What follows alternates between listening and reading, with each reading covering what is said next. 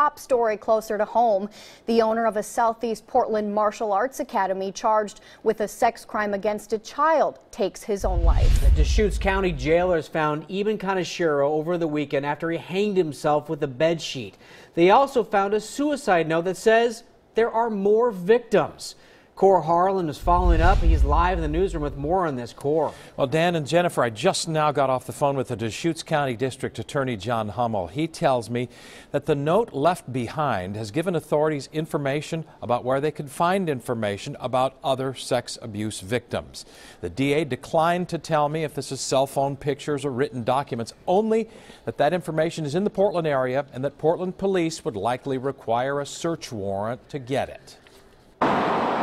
His jiu-jitsu academy at Southeast 92nd and Foster's closed, but the sign in the window suggests that Kaneshiro, through his studio, has had access to many more potential young victims. As of now, we don't know of any additional victims. None have come forward to investigators in Portland, and effectively the criminal case is not going to be moving because he's deceased. Kaneshiro was arrested in Deschutes County for sex abuse.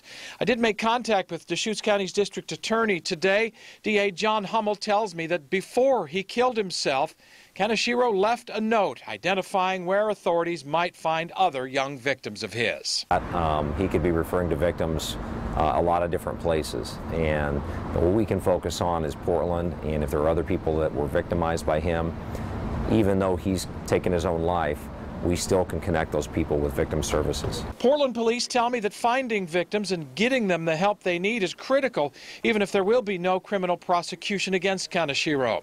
Police also tell me it wouldn't be surprising to find other young victims who have not come forward.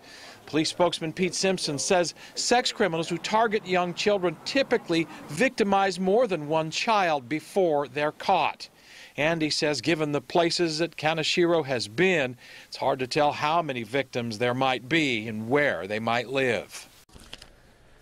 And also, I'm reminded to keep you in mind that if more young victims are found, there is, again, no criminal case that's likely to materialize because the defendant in this case is dead.